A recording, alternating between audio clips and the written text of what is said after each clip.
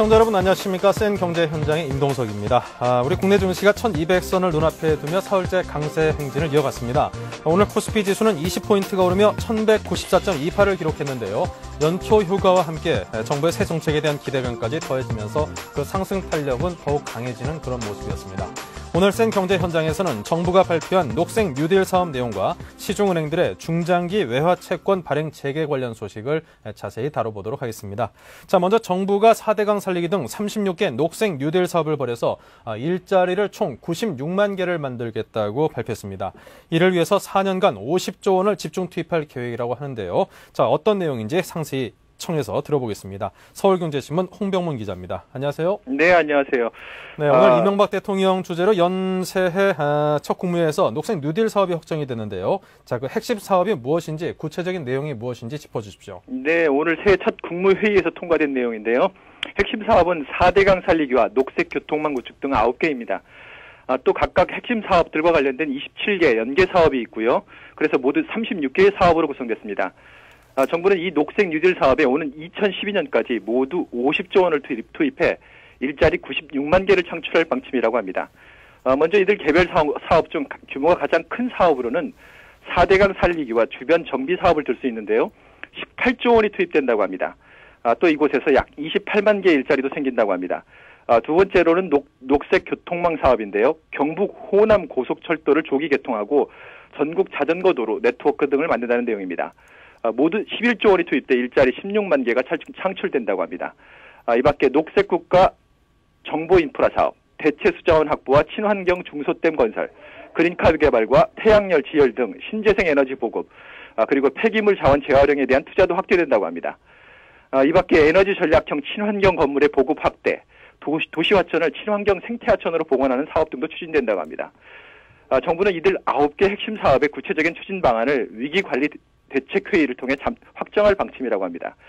또 다음 달 말에는 2단계 추진 방안도 내놓는다고 합니다. 네.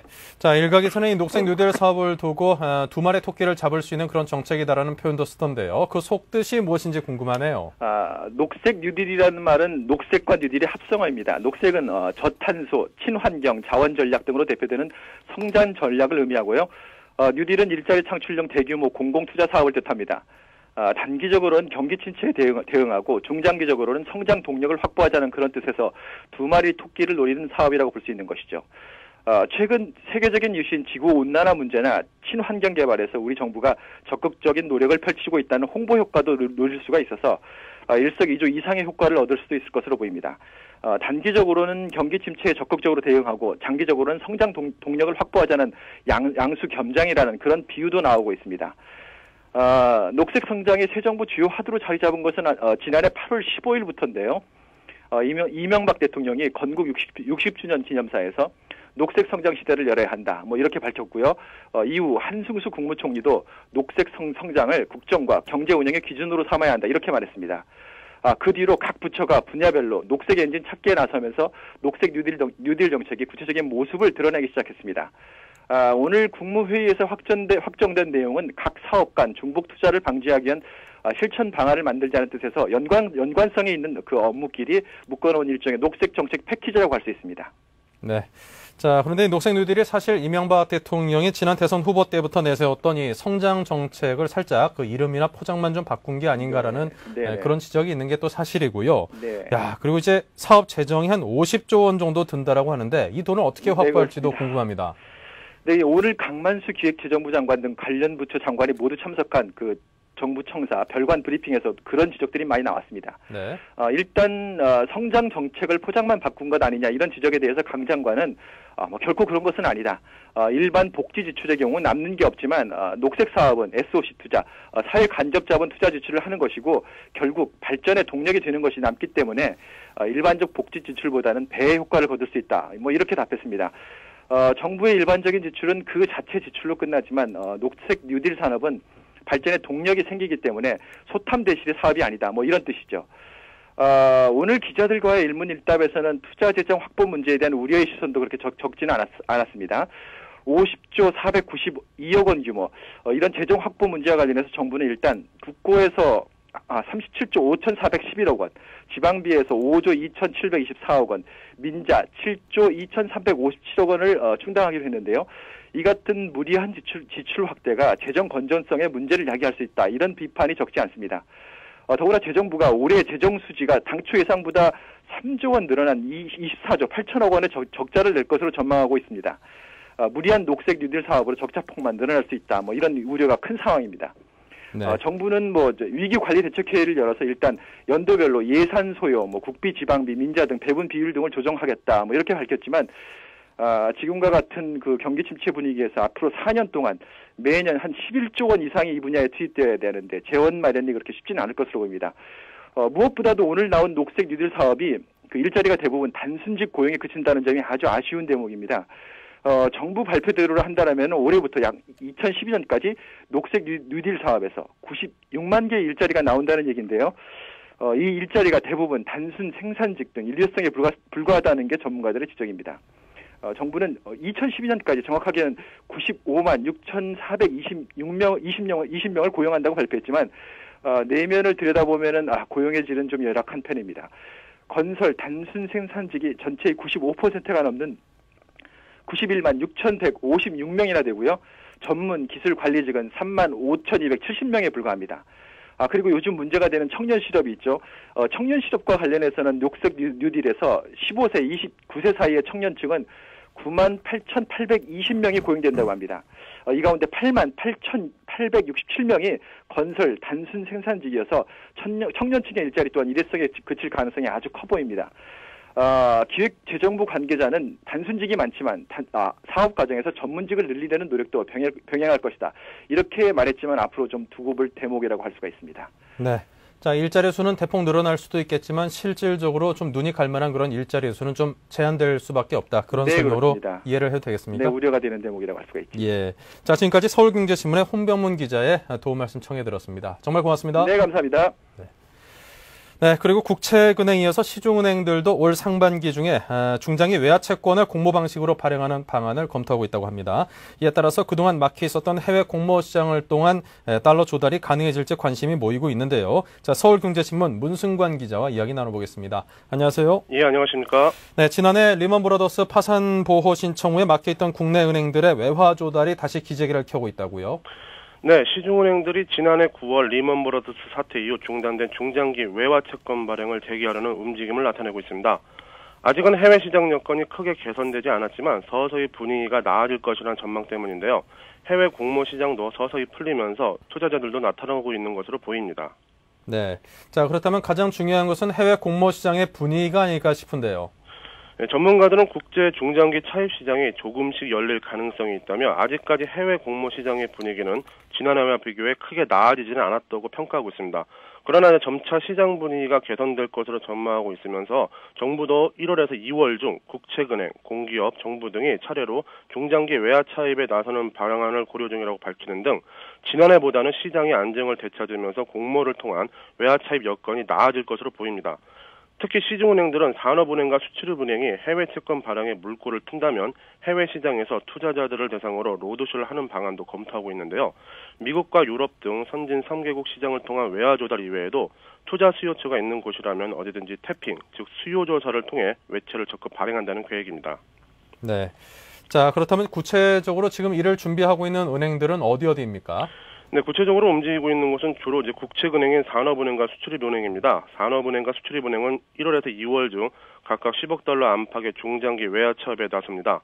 이 차입이 성공적으로 이뤄질 경우 정부는 10억 달러 이상의 외화 표시 외국환 평형기금 채권, 즉 외평채 발행에도 나설 예정입니다. 이 밖에 현재 공모를 통한 외화 채권 발행을 적극적으로 준비하는 곳은 국민은행, 우리은행, 하나은행 등으로 이들은 이르면 2, 4분기 중에 해외 시장에서 공모 방식으로 외화 채권을 발행한다는 목표를 세워놓고 있습니다.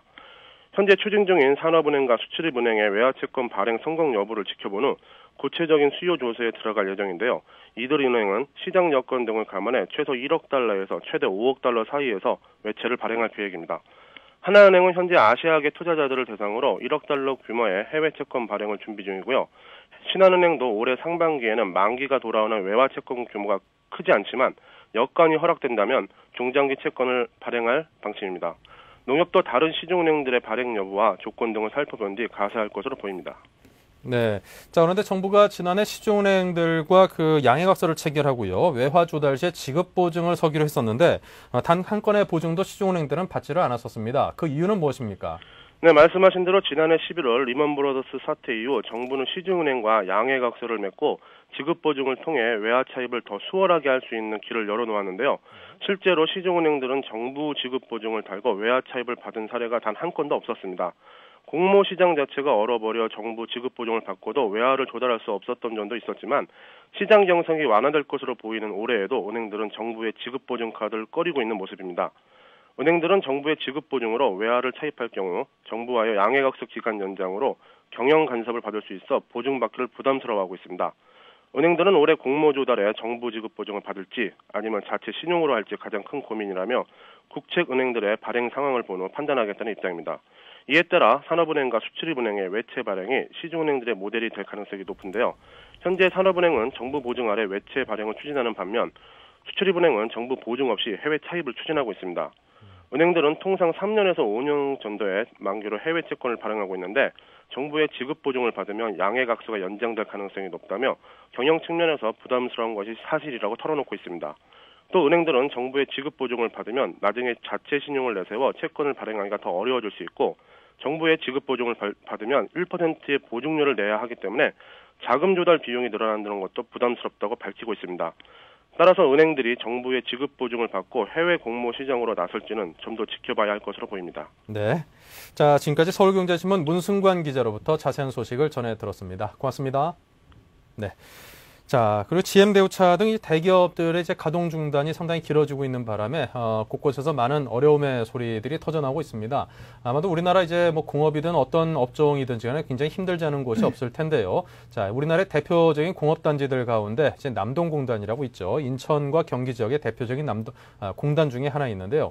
아무래도 지금 우리 그 산업계 어려움을 대변하는 곳이 아닌가 싶습니다. 서울경제신문의 김웅록 기자가 직접 다녀왔다라고 합니다. 자, 그곳의 분위기를 한번 전해 들어보죠. 안녕하십니까? 안녕하십니까? 네. 자, 요즘에 이제 내수 침체다 환율 상승이다 참 심란할 텐데 이런 와중에 일단 남동공단에서 다들 2009년 이제 신년 업무는 시작을 했을 것 같습니다. 직원들의 사기가 어떻던가요? 좀 힘들어 하던가요? 네. 인천 남동공단 입주 기업들은 거의 대부분 지난 2일이나 5일 그 시무식을 갖고 2009년 새해 업무를 시작했습니다. 그 공단 입주 업체들은 말씀하신 바와 같이 최근 자금이나 판매 부진 등으로 어려운 상황에 처한 것이 사실입니다. 하지만 지난 5일 찾은 남동공단에서는 새해를 맞아 희망을 나누고 직원들끼리 격려하는 모습을 오히려 많이 볼 수 있었습니다. 반도체를 만드는 CM전자라는 회사의 시무식 그 분위기가 상징적으로 보여줄 수 있을 것 같은데요. 이 회사는 지난 5일 직원들이 떡을 나눠 먹으면서 덕담을 나누는 것으로 시무식을 대신했습니다. 그때 나온 얘기는 모두들 위기를 말하지만 우리에겐 올 한 해가 제2의 창업기로 만들 수 있지 않겠느냐, 또는 후발주자인 만큼 오히려 올해 이뤄낼 것이 더 많다라는 얘기가 주를 이뤘습니다. 네. 자, 근데 이제 많은 업체들이 희망적으로 첫 발을 내딛었다는 소식을 들으면서 저도 이제 힘이 좀 나긴 합니다. 자, 그럼에도 불구하고 일단은 큰 흐름은 또 어쩔 수가 없는 거니까 상대적으로 좀 어려움을 더 느끼는 그런 업종이나 기업들도 분명히 있을 텐데요. 네, 그렇습니다. 그 남동공단의 경우에는 자동차와 관련된 업체들이 특히 많습니다. 그렇죠. 적게는 25%에서 많게는 절반에 이르는 입주업체가 자동차 산업과 연계돼 있다고 보고 있는데요. 최근 국내 완성차 업계의 업황이 그리 좋지가 않은 상황이라 공단 내 부품 업체들도 많은 걱정을 하고 있는 것이 사실입니다. 실제 지난 5일 일주일간의 휴업을 마치고 조업을 재개한 GM대우의 한 1차 협력 업체도 전체적으로 직원들에게서 그 큰 불안감을 느낄 수가 있었습니다.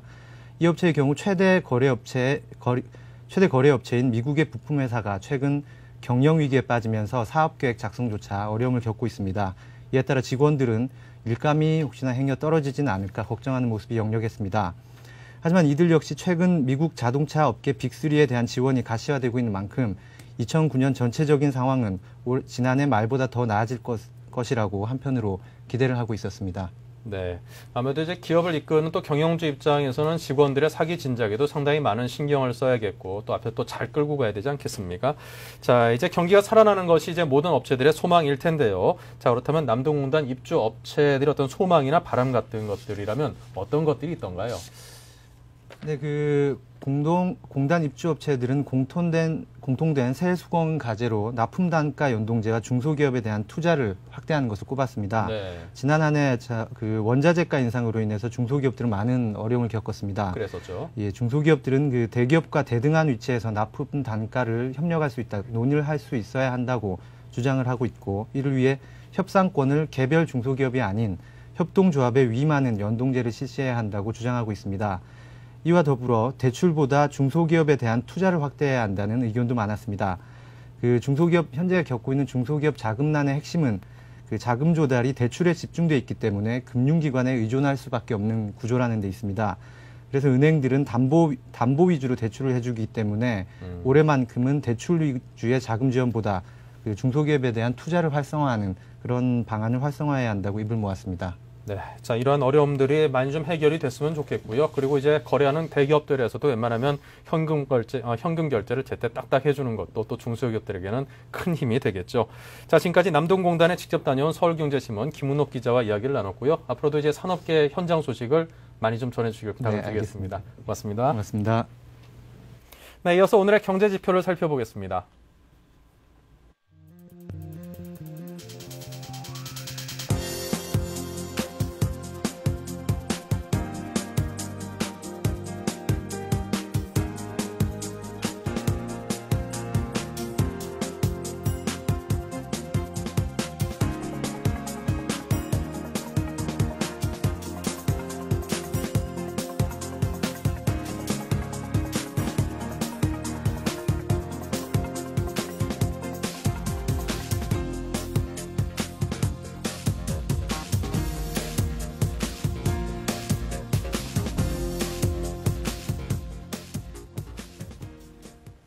네, 이어서 오늘의 증시 마감 상황을 알아보겠습니다. 서울경제신문의 증권부의 이혜진 기자 전화 연결돼 있습니다. 안녕하세요. 네, 안녕하십니까. 네, 오늘 마감 시황부터 전해 듣죠. 예, 코스피 지수가 나흘째 상승하며 1190선을 회복했습니다. 연초 증시 상승이 이어지는 가운데 금리 인하와 정부 정책에 대한 기대감으로 외국인과 기관이 동반 매수에 나서면서 코스피 지수는 장중 한때 1200선을 회복하기로 했습니다. 그러나 개인들이 증시가 오르자 차익 실현에 나서면서 총 7천억 원이 넘는 순매도 물량을 쏟아내면서 상승폭이 둔화됐습니다. 코스피 지수는 결국 20포인트 오른 1194포인트를 기록했습니다. 코스닥 지수는 5.6포인트 올라 348로 장을 마쳤습니다. 종목별로 보면 삼성전자와 하이닉스 반도체가 반도체 가격 반등에 대한 기대가 커지면서 각각 4.6%, 2.3% 올랐고 LG 디스플레이도 3.4% 올라 대형 IT주의 매수세가 유입됐습니다.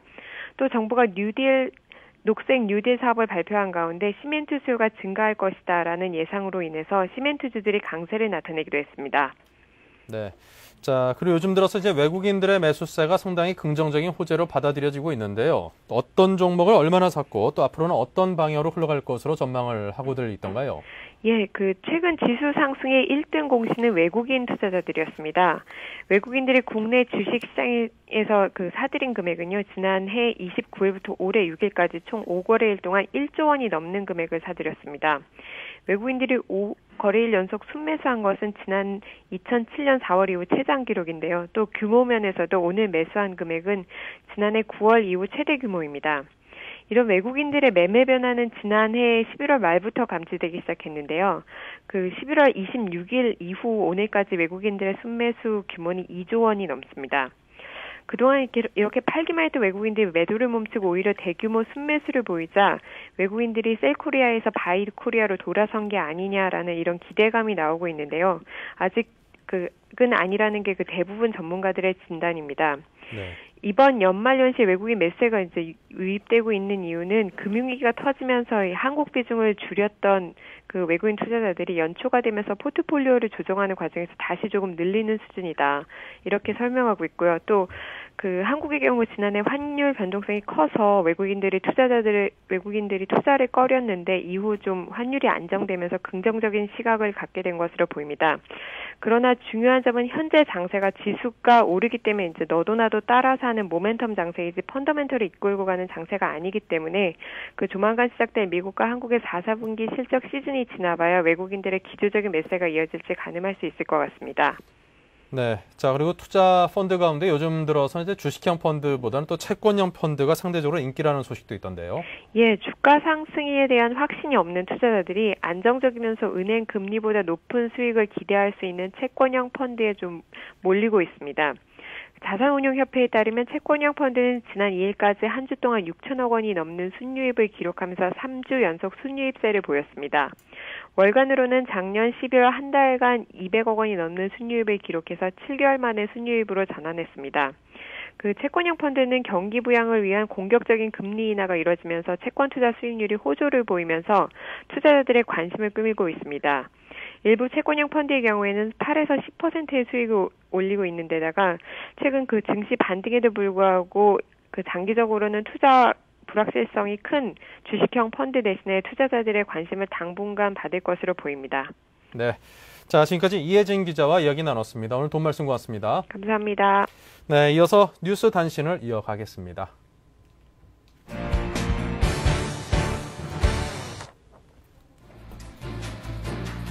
네, 오늘의 주요 뉴스입니다. 지난해 기업들의 회사채 발행 규모가 46조 원으로 전년 대비 25% 늘어난 것으로 집계됐습니다. 회사채 발행액은 상환액보다 12조 원이 많았습니다. 국세청은 자금난을 겪는 사업자를 위해 2조에서 3조 원 규모의 부가가치세 조기 환급을 실시합니다. 오는 15일까지 부가세 신고서를 제출하는 기업은 23일까지 조기 환급을 받을 수 있습니다. 국내 기업 10곳 중 7곳이 올해 노사관계가 나빠질 것을 우려했습니다. 한국경영자총협에 따르면 기업들은 노조 문제와 구조조정 등으로 인한 노사관계 악화를 예상했습니다. 한국은행 조사 결과 1분기 중소기업의 신용위험지수 전망치가 59로 관련 통계를 작성한 99년 1분기 이후 가장 높았습니다. 지수가 플러스면 신용위험이 커졌다는 뜻입니다.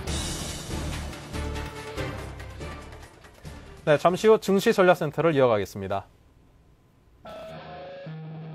대한민국 경제부 증권부 기자들이 아침마다 서울경제TV를 보고 있습니다. 매일 20분 투자로 미 증시 흐름을 한눈에 블룸버그 파이널 워드, 30분 시청으로 아시아 경제까지 한꺼번에 블룸버그 아시아 비즈니스 투나잇, 한글 자막과 함께 방송되는 블룸버그의 또 다른 프로그램들, 주말 인터뷰 프로그램 나이트 토크, 성공한 모험 기업인을 다룬 블룸버그 벤처, 음악과 영화, 순수 미술에서 세계 최고급 레스토랑까지 고품격 문화예술을 소개하는 매거진 프로그램 블룸버그 뮤직, 세계 정재계 거물들의 향배를 통해 글로벌 마켓을 예측하는 블룸버그 폴리티컬 캐피털, 블룸버그의 간판 스타 버나드 로가 각국 기업과 정부, 각계각층 인물 인터뷰를 통해 경제를 진단하는 블룸버그 보이스, 국내 최초 3시간 내 번역 자막 처리, 블룸버그 TV 국내 독점 채널 서울경제TV에서 이 모든 것을 경험하십시오. 블룸버그.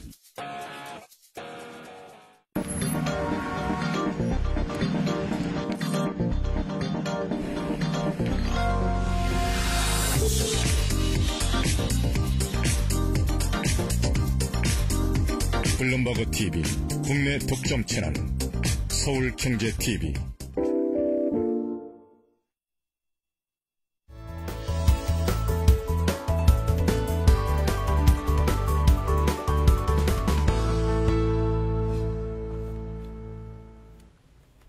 네, 증시전략센터입니다. 동양중금증권의 김경수 차장, 그리고 교보증권의 이진행 차장 두 분의 전문가를 모시고 이야기를 나누겠습니다. 안녕하십니까? 안녕하십니까? 네, 새해 복들 많이 받으시고요. 네, 새해 복 많이 받으십시오. 예, 대박 나시기 바라겠습니다. 자, 먼저 김경수 차장님께 여쭙겠습니다. 이 코스피 지수가 나흘째 상승세를 보이면서 1200선을 바로 코앞에 두고 있습니다. 네. 오늘 장 흐름이 굉장히 좋았다죠? 예, 그렇습니다. 그 코스피 지수가 전날 그 뉴욕 증시의 약세에도 불구하고 그 외국인과 기관의 그 쌍끌이 매수세에 힘입어서 네. 나흘째 그 상승세를 이어나갔습니다. 네. 그 전일 그 뉴욕 시장에서는 그 오바마 미국 대통령 당선인이 그 취임 직후에 그 감세안을 포함한 그 경기 부양 정책에 서명할 것이라고 그 밝혔음에도 불구하고 그 최근 그 상승세에 따른 그런 그 차익 매물로 인해서 그 약세를 나타낼 수 있습니다. 하지만 그 국내 증시는 계장을 갖다 9포인트가 올라서 시작했는데요. 그 삼성전자를 중심으로 한 그 IT주와 그다음에 정부의 그 녹색 성장 정책 발표에 따른 그런 관련주들의 강세 속에서 그 장중 한때 그 지수 1200포인트를 돌파하기도 했었는데요. 그 대부분의 업종이 상승했는 가운데 그 약 1.5%가 하락한 그 보험업종 외에도 그 어제까지 강했던 그 은행주라든가 건설주, 그다음에 통신주 뭐 이런 업종으로는 상대적으로 좀 쉬어가는 양상을 좀 보였고요. 네. 그 반도체 가격 반등에 따른 그런 삼성전자를 필두로 해서 그 주요 전기 전자 업종의 그 대형주류에 그 외국인 매수세가 몰리면서 그 LG 디스플레이라든가 LG 전자, 그다음에 뭐 하이닉스 이런 쪽으로 좀 강세를 나타냈었습니다. 네. 뭐 현대차, 뭐 쌍용차 등 그리고 그 자동차들이 속해 있는 그 운수 장비 업종 역시 그 최근 강세가 좀 이어졌는데요. 네. 그 투자 주체별로 보자면은 그 전일까지 꾸준하게 그 4일 연속해서 약 6,300억 정도 매수를 보였던 외국인이 오늘도 약 그 3,700억 정도 매수를 보이면서 5일 연속 매수, 그다음에 그 5일 동안 약 1조 원가량을 매수를 하면서 지수를 이끌어가는 그런 양상을 좀 보였었고요. 그 어제 그 1,200 매도를 보였던 기관 같은 경우에는 오늘은 오히려 그 3,500 매수를 보이면서 나란히 그 지수 상승세를 이끌어가는 그런 모습을 나타냈었습니다. 네. 그 여기에 그 프로그램 매매도 그 순 매수를 나타내면서 지수 상승을 돕는 양상이었었는데요. 그 새해 들어서 이틀 동안 그 연속으로 순 매도를 나타내다가 그 어제 같은 경우에도 약 4,000원 가량 매도가 나왔었죠. 그 오늘은 그 차익 거래를 중심으로 해서 약 4,300억 정도가 순 매수가 유입되면서 약 이틀 동안의 매도분은 대부분 그 만회하는 양상이었었습니다. 하지만 그 장중 한때 그 1203포인트까지 올랐던 그 지수가 그 오후 들어서는 약 뭐 6포인트대까지도 밀렸다가 결국 전일 대비 그 1.7%, 약 20포인트가 상승한 1194포인트로 마감을 했습니다. 네. 자, 이렇게 해서 오늘 장의 전반적인 흐름에 관해서 자세한 설명을 해주셨습니다. 이제 기업들에 관한 이야기도 해주셨는데요. 자, 조금 전에 언급하신 IT 관련주 이외에도 오늘 특징적으로 움직인 업종들과 종목들이 적지 않았죠. 예, 맞습니다. 먼저 오늘 그 시장을 견인했던 그 IT 관련주를 먼저 좀 말씀을 좀 드리겠는데요. 그 반도체와 그 LCD 패널이 그 가격이 바닥에 이르렀던 그런 전망이 좀 나왔었고요. 그다음에 지난달부터 시작된 그런 그 반등장에서 유일하게 그 소외됐던 업종이라는 점에서 그 업종별 그 순환매에 따른 그 키 맞추기 이런 그 현상으로도 해석될 수가 있겠습니다. 그 여기에 이제 외국인이 매수세가 대거 몰리면서 그 삼성전자가 뭐 4.6%, 뭐 LG 디스플레이가 3.4%, LG전자가 뭐 3.8%까지 상승을 보이는 그런 양상을 좀 보였었고요. 네. 다음에 그 빼놓을 수 없는 게 그 오늘 발표한 그 정부의 그 녹색 뉴딜 사업 정책 그런 그 추진 방안과 관련해서 이런 그 관련주들이 좀 급등세를 좀 보였었는데요. 그 오늘 정부가 그 이명박 대통령의 그 주재를 위한 국무회의에서 그 4대강 살리기, 뭐 그린카 그 청정 에너지 개발 등 그 9개 핵심 프로젝트 및 그 27개 연계 사업 방안을 발표했는데 그 이와 관련하면서 그 시멘트주라든가 그 자전거 관련주, 그다음에 그 태양광, 풍력 발전 등의 그 신재생에너지, 하이브리드 카드 등 그 수혜 예상주들이 강세를 좀 보였었습니다. 그 여기에 그 잠깐 말씀을 드리자면 자전거 관련주에서는 여전히 그 삼천리 자전거라든가 참 좋은 레저 이런 종목들이 상을 좀 기록했었고요. 네. 그 역시 그 전국 그 자전거 도로 네트워킹 사업에 그 오는 2012년까지 약 5천억 정도가 투입된다고 발표하면서 좀 강하게 보였었고요. 종이 목재 부분에서는 그 이건 산업이 상을 좀 보였었는데요. 그 정부가 그 산림 그 바이오매스 사업을 활성화하겠다면서 그 밝힌 데 그 따라서 상을 좀 기록했었는데요. 그다음에 그 하이브리드카 관련주가 좀 있는데요. 그 세방전지라든가 필코전자가 좀 상승세가 좀 강했었습니다. 그 하이브리드카 사업에 약 그 1.3조 원의 그 예산이 투입된다는 소식이 그 들리면서 좀 강했었고요. 그다음에 신재생에너지 역시 태양광이라든가 그 풍력발전 쪽에서는 상당히 강했었는데 용현비엠이라든가 평산, 그다음에 신성홀딩스 같은 종목들이 상을 좀 기록했었는데 그 외에도 그 뭐 주성 엔지니어라든가 그 문배철강, NI스틸, 이런 오성 LST 등 이런 일도 강세를 나타냈는데 하지만 꼭 이런 정책과 관련해서는 그 종목별로 그 실제 수혜가 좀 이루어지는지 여부는 꼭 따져가면서 그 투자를 해야 될 것으로 판단이 되고요. 네. 그 마지막으로 쌍용차를 좀 들 수 있겠는데요. 그 쌍용차의 그 대주주인 그 중국 그 상하이 자동차가 오는 그 8일 개최되는 그 이사회를 통해서 그 경영 정상화 방안에 대한 그 공식적인 입장을 발표하겠는데 이미 그 600억 가량의 그 자금 유입 그 입금으로 인해서 단기 유동성 그 문제가 어느 정도 해결될 것으로 이제 기대가 되면서 쌍용차가 좀 상한가를 기록하기도 했습니다. 네, 쌍용차가 경영 정상화에 대한 기대감으로 현재 연일 좀 상한가와 좋은 흐름을 이어가고는 있습니다. 하지만 또 자동차 산업 전체의 어려움을 간과해서는 안 되겠지요. 자, 그렇다면 이진행 차장님께도 여쭤보겠습니다. 새해 들어서 시장 흐름이 상승세 쪽으로 일단 방향을 잡고 단기적으로 흐름이 상당히 좋습니다. 거기다가 외국인들까지 현재 매수세가 상당히 들어오고 있는데요. 자, 이 점들에 대해서 어떻게 분석을 하시는지요? 예, 정확한 지적이신데요. 최근에 어떤 시장의 강세 흐름의 배경에는 여러 가지 이유가 있겠지만 먼저 시장 내부에 수급적으로도 좀 특징적인 변화가 좀 발견이 되고 있습니다. 제가 지난주 시간에 시장 전망에 대해서 언급해드리면서 단기적으로는 강세 어떤 흐름이 전개될 가능성이 좀 크지만 이제 연초부터 프로그램 매물 출회라든지 어떤 수급적인 부담이 좀 있기 때문에 조심스러운 접근이 좀 필요하다 이렇게 좀 말씀을 드렸었는데요. 결국에 연초에 어떤 프로그램 매물이 단기적으로 시장에 좀 어떤 매물 부담을 좀 주더니 결국에 오늘 같은 경우는 최근에 지수 상승을 이용한 어떤 개인들의 대규모 매도세가 어떤 시장에 펼쳐지고 있었거든요. 근데 지난해부터 줄곧 어떤 매도 공세를 펴오던 외국인들이 단기적으로 좀 매수세로 전환했다라는 점, 그리고 투신을 포함한 연기금 등의 어떤 기관 투자가들이 매수에 나서면서 금일 그 장중에 1200선을 돌파하는 흐름까지도 이제 보여주었습니다. 왜 이런 말씀을 먼저 드리냐면은 지적해 주신 대로 외국인들의 어떤 매매 형태에 대한 중요한 변화가 일어나고 있는 모습이 좀 감지되고 있기 때문인데요. 외국인들의 순매수는 정확히 작년 말이었던 12월 29일부터 이루어지고 있습니다. 거래 일수로는 금일까지 지금 닷새 연속이고 금액상으로도 앞서 김경수 차장님께서 말씀하신 대로 지금 1조 원을 조금 상회하고 있습니다. 외국인들의 5일 연속 순매수는 2008년 초 이후에 지금 처음이기 때문에 본격적으로 뭐 외국인들이 증시로 돌아오느냐를 언급하기 앞서서라도 그 자체만으로도 좀 의미가 있다라고 이렇게 좀 생각을 하고 있고요. 일단 현재로서는 어떤 외국인들의 매수 가능성은 좀 매우 높아졌다라고 이렇게 좀 볼 수 있습니다. 글로벌 신용 경색이 좀 완화된 데다가 미국의 제로 금리 시대로 이제 유동성이 좀 확대될 가능성이 그 어느 때보다 좀 높아졌기 때문인데요.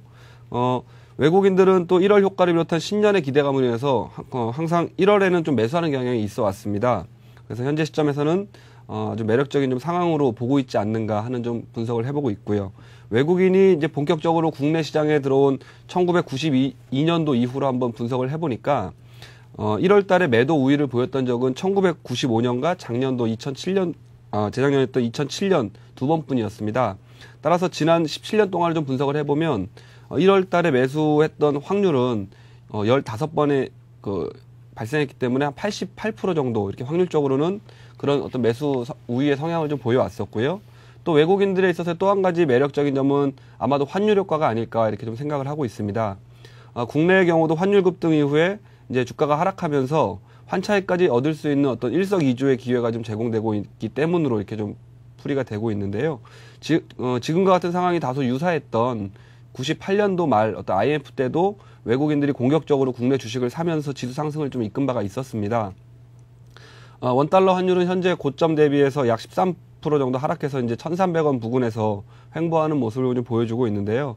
아마도 시장 전문가들은 추가적인 급락은 좀 없을 것으로 이렇게 보는 시각이 좀 우세합니다.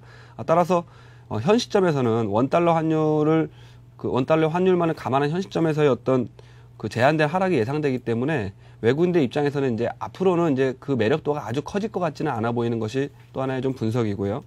물론 이러한 최근의 외국인들의 매수세를 어떤 작년에 진행되었던 과도했던 국내 시장에서의 어떤 비중 축소가 이제 정상화로 돌아오는 그런 과정으로 해석을 하기 때문에 이제 본격적인 자금 유입의 그 어떤 복귀로 볼 수는 없다.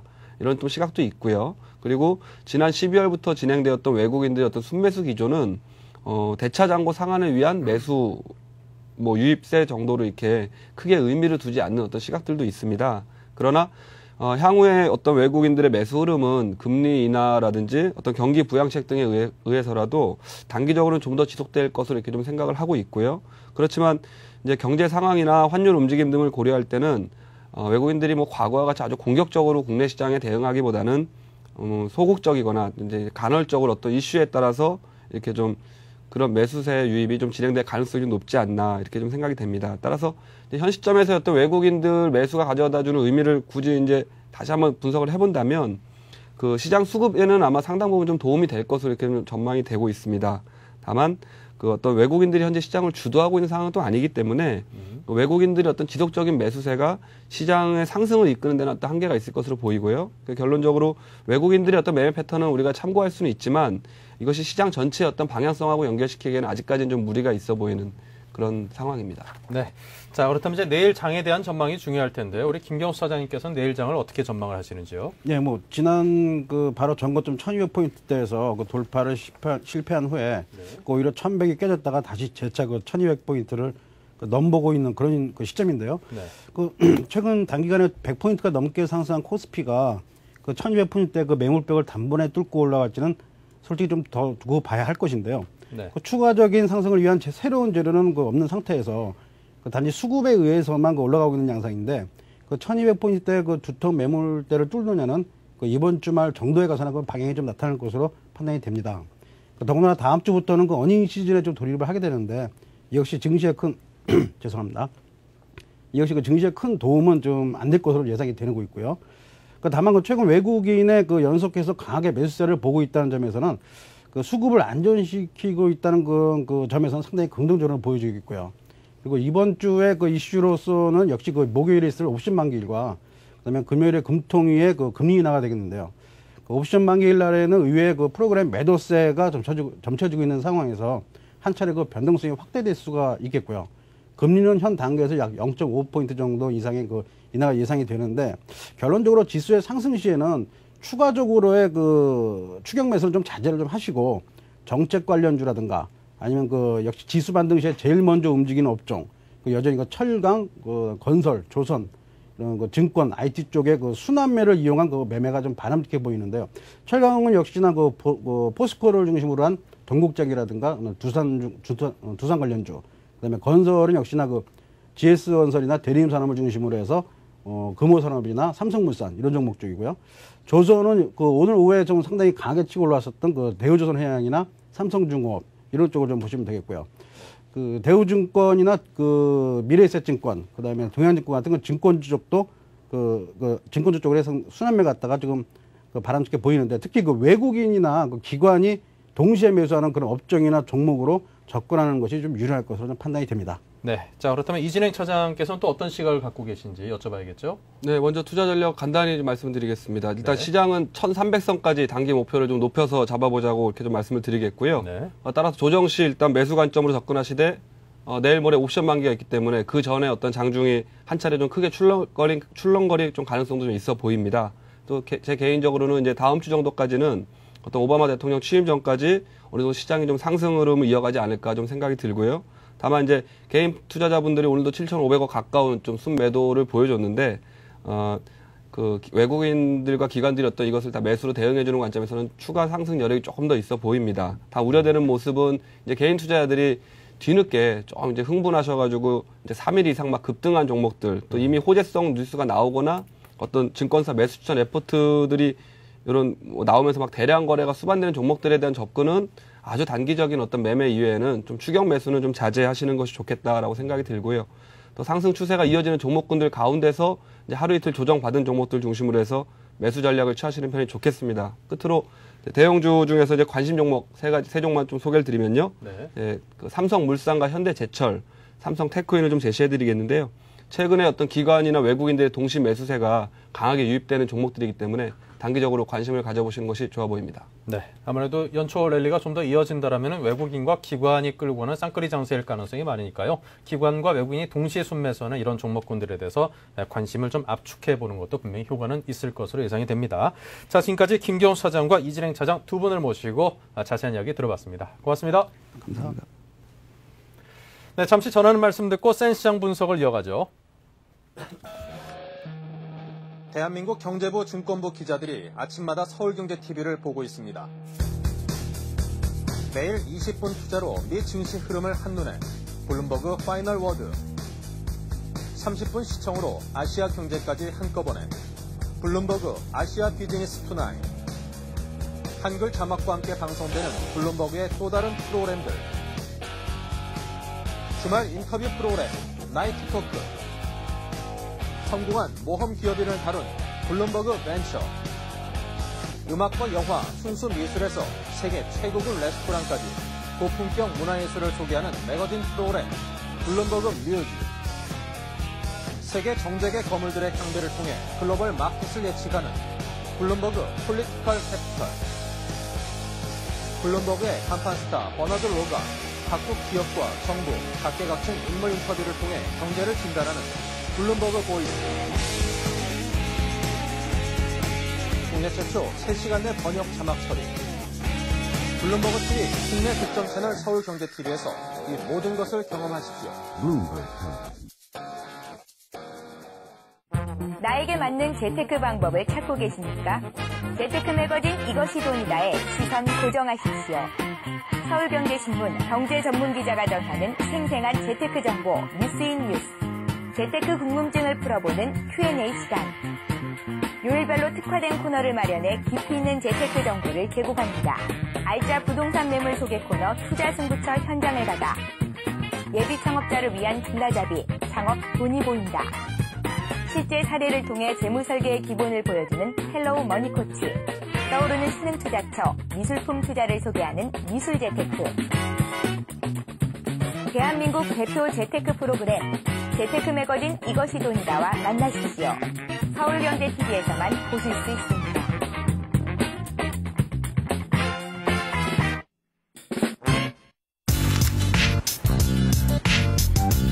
블룸버그 TV 국내 독점 채널 서울경제TV.